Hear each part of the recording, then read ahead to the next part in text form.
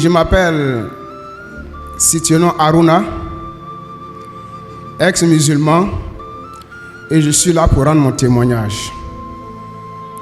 Je suis né d'une famille musulmane, aîné de famille de 10 enfants. Et comment est-ce que je suis devenu chrétien? Lorsque j'ai eu mon entrée en 6e, je suis né à Divo, dans un village de Divo qu'on appelle Laboudougou. Et quand j'ai eu mon entrée en 6e, je suis allé en ville, à Divo-ville, pour continuer mes études. Et là-bas, j'ai été dans une cour, dans une famille où on cohabitait ensemble, des musulmans et aussi il y avait des chrétiens. Et il faut dire que il y a eu beaucoup de successions d'événements qui sont passés dans ma vie, où j'ai expérimenté et j'ai vu Dieu même m'a conduit à connaître la vérité. À l'école d'abord, j'avais un ami d'école, mon meilleur ami. Et ce jeune homme était très intelligent à l'école. Mais il avait un problème lorsque lui et moi on venait à l'école. Devant le portail, c'était au collège moderne de Divo. Lorsqu'on arrive devant l'école, il dit Aruna, je ne veux plus continuer. Et je lui dis Suleiman, tu as quoi? Il dit non, je ne peux pas rentrer. Au fait, il avait un problème. Sa tête là, il y avait une grosse cicatrice qui est sur sa tête. Et il m'avait dit que c'était son oncle qui lui avait donné, qu'il avait frappé avec lui avait donné un cocotta, comme on le dit, avec sa bague. Et c'est ce qui a fait qu'il avait une furonne sur la tête. Et depuis ce moment, il ne se retrouve pas. Et ce oncle-là, c'était un imam. Et toujours dans ma pratique religieuse, j'ai cherché à comprendre quelque chose. Parce que ce jeune homme-là, lorsqu'on a fait la classe de 5e, il n'a pas fini l'année de 5e. Et il a piqué une folie. Il l'a même envoyé au Burkina Faso. Parce qu'il a fait 3 jours en brousse, les gens sont allés le chercher. En tout cas, ça m'a marqué beaucoup. Et j'avais une connaissance, un grand frère qui a fait l'école coranique. Et je suis allé le voir un jour. Je lui ai dit, aîné, je suis venu te voir. J'ai une question à te poser. Le Coran, c'est la parole de Dieu. Il dit oui, mais pourquoi tu me poses cette question? Je lui ai dit, mais le Coran, qui est la parole de Dieu, est-ce qu'on peut prendre la parole de Dieu pour rendre fou quelqu'un? Est-ce qu'on peut prendre la parole de Dieu pour détruire la vie d'un homme? Il m'a dit, toi tu n'es pas musulman? J'ai dit oui, je suis musulman. Ton papa n'est pas musulman? Il dit mon papa est musulman. Ta maman n'est pas musulmane? Il dit ils sont musulmans. Et il a failli me boxer. J'ai dû fuir même, quitter devant lui. Sinon il était tout furieux. Et Dieu a fait grâce. Je suis revenu en vacances. En vacances, je suis venu. Pendant ces vacances-là, j'avais un cousin. Lui, il était à Lakota. Et je le connaissais. En tout cas, c'est un beau garçon. C'était un beau garçon. Et en tout cas, lui, il ne courait pas derrière les femmes. C'est les femmes qui couraient derrière lui. Quand on vient pendant les vacances comme ça, là, en tout cas, chez nous, là, c'est bondé de jeunes filles. Et il vient, il s'appelle Youssouf. Youssouf vient. Dans sa main, je vois une Bible, un truc, c'est écrit dessus Nouveau Testament. Et sa manière de faire a changé. Physiquement, c'était le même Youssouf, mais intérieurement, ce n'était pas la même personne. Je lui ai dit, mes cousins, qu'est-ce qui se passe? Il dit, c'est Jésus. J'ai dit, oh, qui devant moi avec ces histoires? Et pour rendre court un peu l'histoire, on partait au champ. Pendant les vacances, on partait au champ. Et on a eu à discuter beaucoup de religion. Et il m'a dit une parole. Il m'a dit, cousin, on ne peut pas faire des histoires, toi et moi, pour ça. Parce que j'étais prêt à enlever mon habit et on allait se faire les affaires. En tout cas, on allait se mesurer. Il m'a dit, retiens cette chose, cette parole-là. Sache que c'est le nom de Jésus seul qui sauve. Quand tu auras tout fait un jour et que tu n'auras plus de solution et que tu auras tout essayé, n'oublie pas que Jésus, c'est lui qui est la solution. Et c'est lui seul qui sauve. On a fini les vacances, je rentre en ville. Il y a un grand frère dans la cour, il m'appelle, puisque en l'islam, un grand frère, même s'il est chrétien, quand il t'appelle, tu dois venir. Il m'a appelé, lui il était chrétien. Il m'a appelé et dit, viens, tu vas m'aider à lire un passage dans la Bible. Moi, je suis venu, j'ai lu. Il m'a demandé comment je comprends ça. Bon, j'ai donné une explication comme ça. Et il m'a dit, je vais te faire écouter une cassette. J'ai dit, d'accord, j'ai compris. Le lendemain, je suis venu. Quand je suis quitté à l'école, il m'a dit, tu es prêt? J'ai dit, je suis prêt. Il a mis la cassette.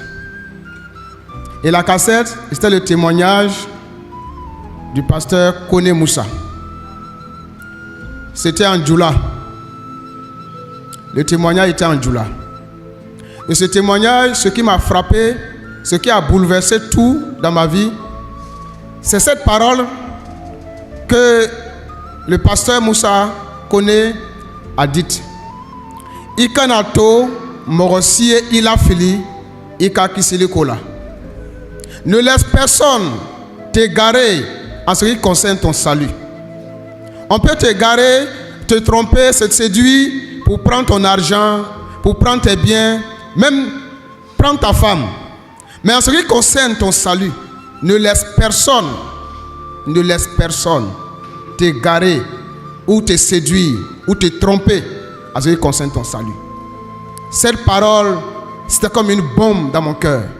Parce que, bien vrai que j'aimais l'islam, j'étais musulman, mais j'avais un vide en moi.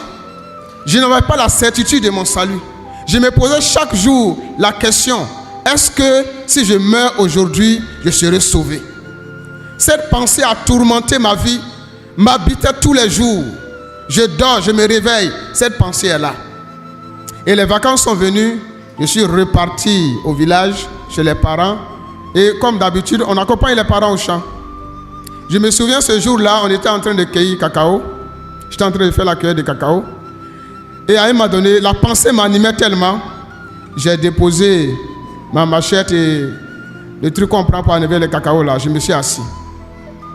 Et je n'ai pas prié en djoula, je n'ai pas prié en arabe, pardon. Mais j'ai dit à Dieu, j'ai dit, Dieu, je sais que c'est toi qui m'as créé. Et je sais que c'est toi qui m'as créé.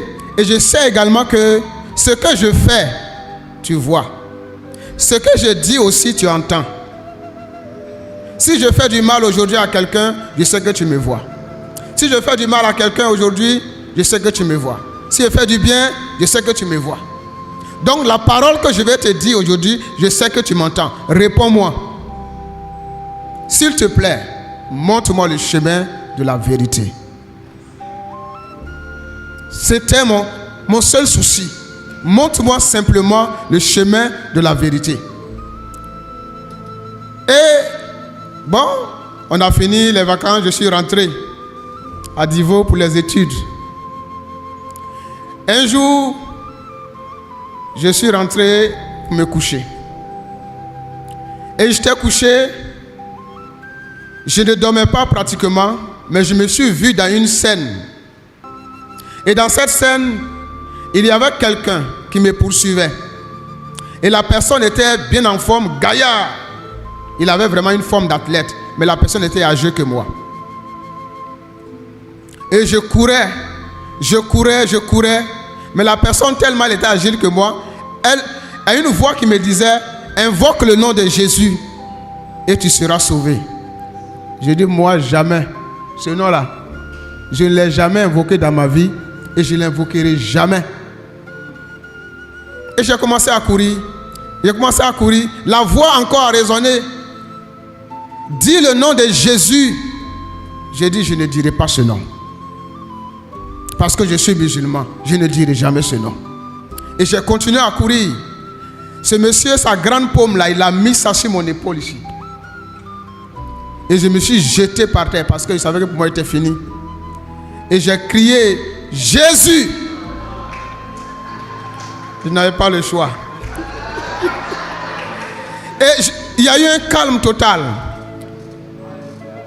Je tourne, je regarde ce monsieur, ce gros monsieur là, il est à terre, il est en train de sangloter, s'enrouler comme si on avait vers de terre dans le feu ou dans Magna.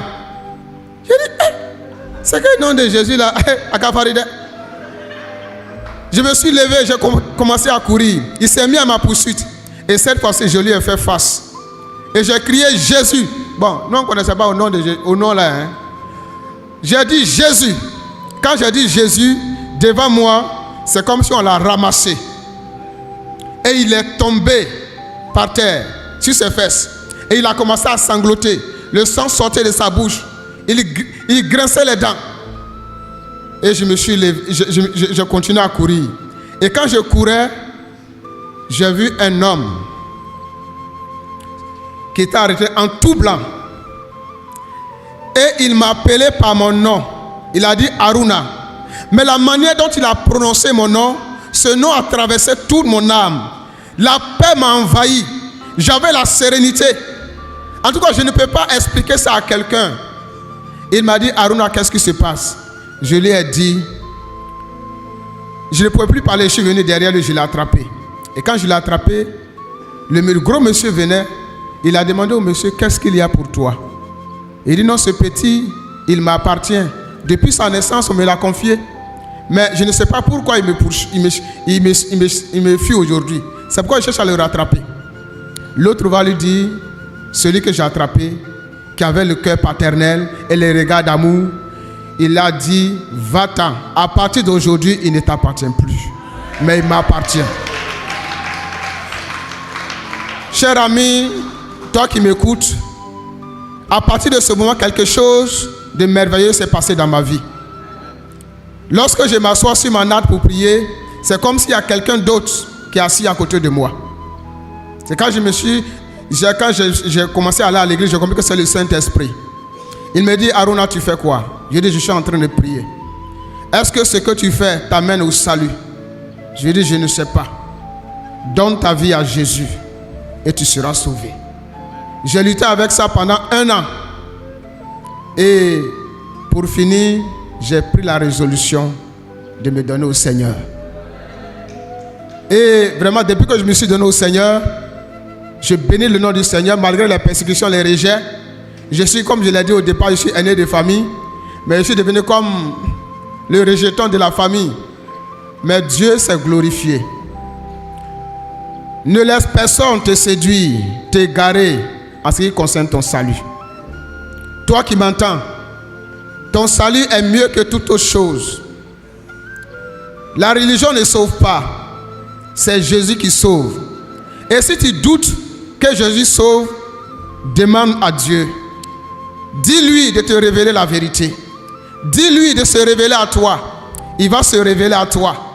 Et tu vas voir que Jésus est la vérité. Jésus, ce n'est pas par la force, ni par la chicotte, ni par la colère, ni par les rejets, ni par la persécution. Mais Jésus, c'est par l'expérience. Il est bon pour toi d'expérimenter la vérité. Moi, je suis Jésus. Personne ne peut venir me dire aujourd'hui Jésus est bon, il est mauvais. Ça ne m'intéresse pas. Je connais ce que j'ai vécu avec Jésus. Je sais qui est Jésus pour moi. Avant même de lire la Bible, je sais qui est Jésus pour moi. Donc, qui est Jésus pour toi? Il faut l'expérimenter. Que Dieu vous bénisse. Amen. Oh, diacre Citioron, que Dieu te bénisse. Bien-aimé, notre diacre nous a édifié ce soir par son témoignage.